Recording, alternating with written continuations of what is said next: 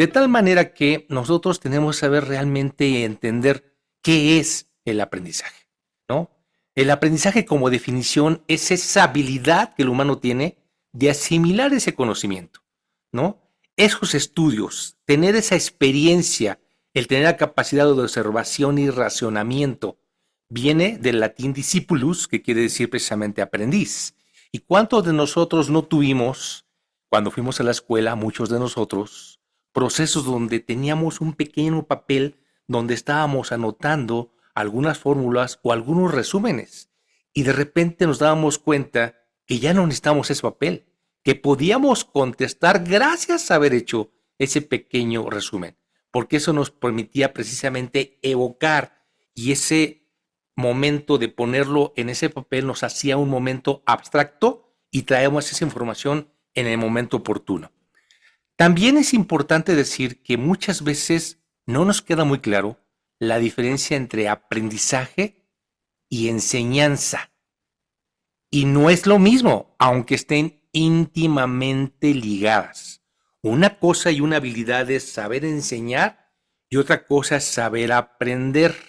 Son dos habilidades diferentes que tenemos que tener muy claras porque la enseñanza en términos prácticos es el proceso de favorecer esa transmisión de esa serie de conocimientos, técnicas, normas, habilidades que tienen obviamente diversos métodos que se usan una serie de técnicas instruccionales y mediante el apoyo de un material. ¿Por qué? Pues porque la enseñanza definitivamente incide sobre el aprendizaje, ¿ok? Pero la pregunta aquí es, ¿cuánto incide? Esa es la gran pregunta. ¿Cuánto incide el aprendizaje? Es decir, ¿qué porcentaje del aprendizaje es debido al desempeño del maestro o instructor? Todos hemos tenido un maestro instructor y aquí algunos hemos desempeñado la labor de maestro e instructor y queremos hacerlo mejor, por eso están aquí o quieren profesionalizarlo. De tal manera que necesito su apoyo. Están colocando en este momento en su Zoom una herramienta para que usted indique, cada uno de ustedes, por favor, necesito que vote y que diga, de acuerdo a su pensamiento, cuál es el porcentaje del aprendizaje que es debido precisamente a ese desempeño que tiene ese maestro o ese instructor. Por favor, apóyeme contestando para que veamos cuánto es la percepción que tenemos y cuánto es la realidad. Perfecto, muchas gracias. Veo en el chat que están interactuando bastante. Excelente. El Como 40, mayoría que tenemos, Gustavo. Como el inmensa mayoría. 60%, Inge. Estamos 60, observando que el 60% 60. O sea, arriba del está 50 arriba, incluso. exactamente. Excelente. Muy bien. Con eso tenemos suficiente. O sea, la percepción de ustedes es arriba del 60 en términos globales e incluso algunos van más arriba. ¿Ok? Bueno, pues se van a sorprender.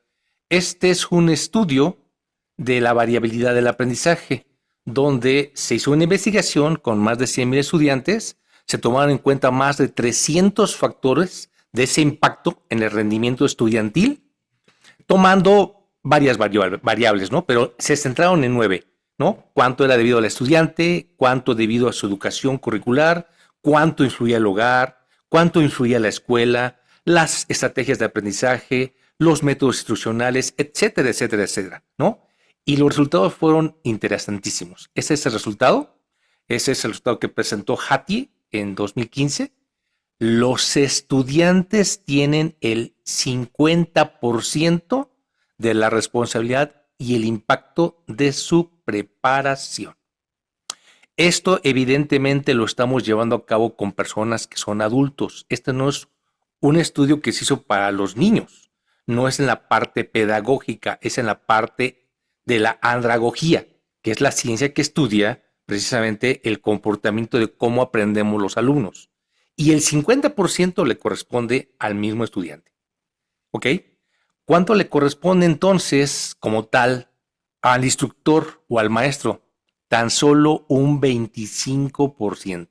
Es decir, el mismo alumno reconoce que su aprendizaje no puede dar más allá de un 25% de influencia de un maestro. Imagínense que ustedes están llevando y están tomando una responsabilidad muy grande, una responsabilidad más allá de la que honestamente habría que tener. Y es importante, sobre todo en educación de adultos, ¿no? Los maestros tienen un 25%. Obviamente la influencia que tengan de compañeros, el hogar influye, pero influye muy poco. Hay gente que dice, no, es que por el hogar que tienen. Pues aquí dice el estudio que influye muy poquito. Y después todas las demás se engloban en un gran 15%. Pero lo que sacamos aquí de referencia es que yo como profesor tengo que influir en ese 25%. Pero ese 25% numéricamente es una cosa, pero cualitativamente quizá influya mucho más. Quiere decir que ese 25% es esencial.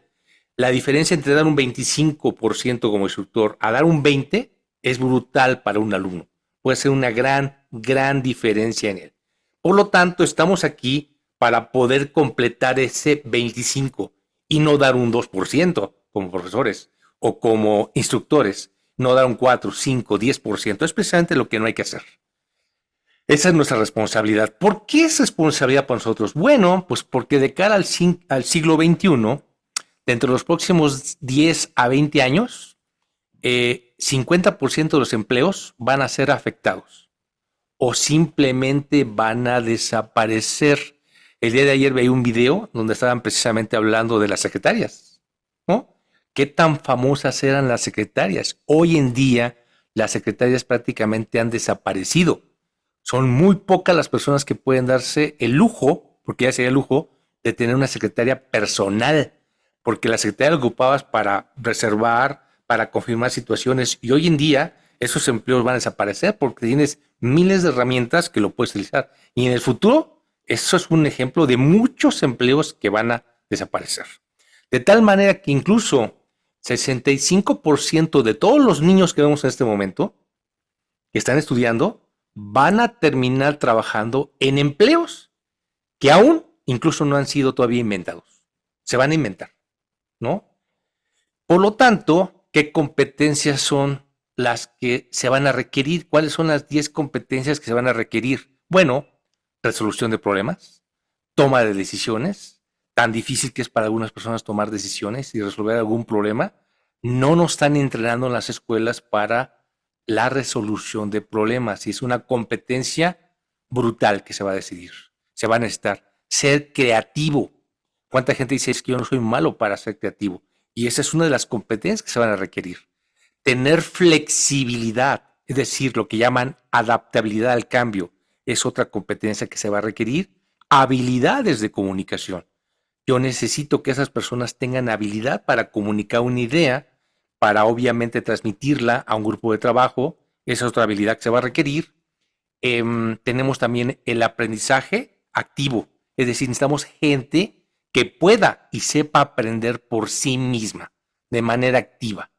Eso de que tú solito necesitas venir a un curso para que te digamos todo, eso se va a terminar a escala al futuro. Necesitas aumentar tus competencias para aprender tú mismo. Es lo que llamamos aprendizaje activo. El pensamiento crítico, o sea, poder ver varias fuentes, no nomás una sola, y poder tener esa capacidad de discernir.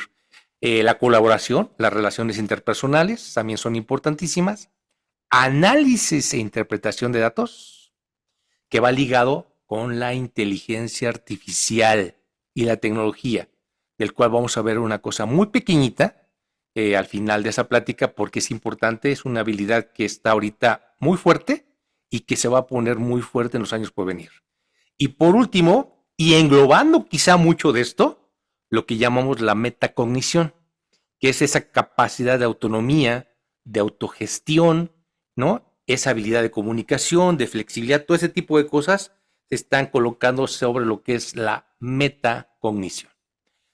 Ahora, como dijimos al principio de esta plática se va a centrar en algo que escribió para la UNESCO Jacques Delors. Jacques Delors, probablemente muchos de ustedes no lo conozcan, pero es y era un tipazo, ¿no? Lamentablemente ya murió hace un par de años, pero era un tipazo. Él vivió prácticamente al final de la Guerra Mundial.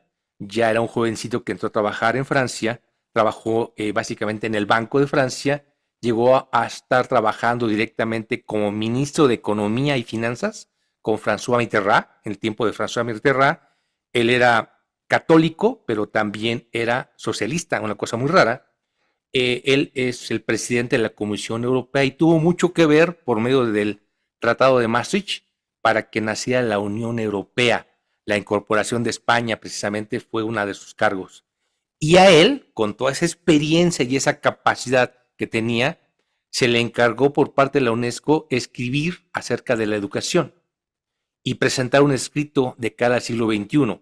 Él lo presentó en 1996 y sigue siendo tan vigente como cuando lo escribió.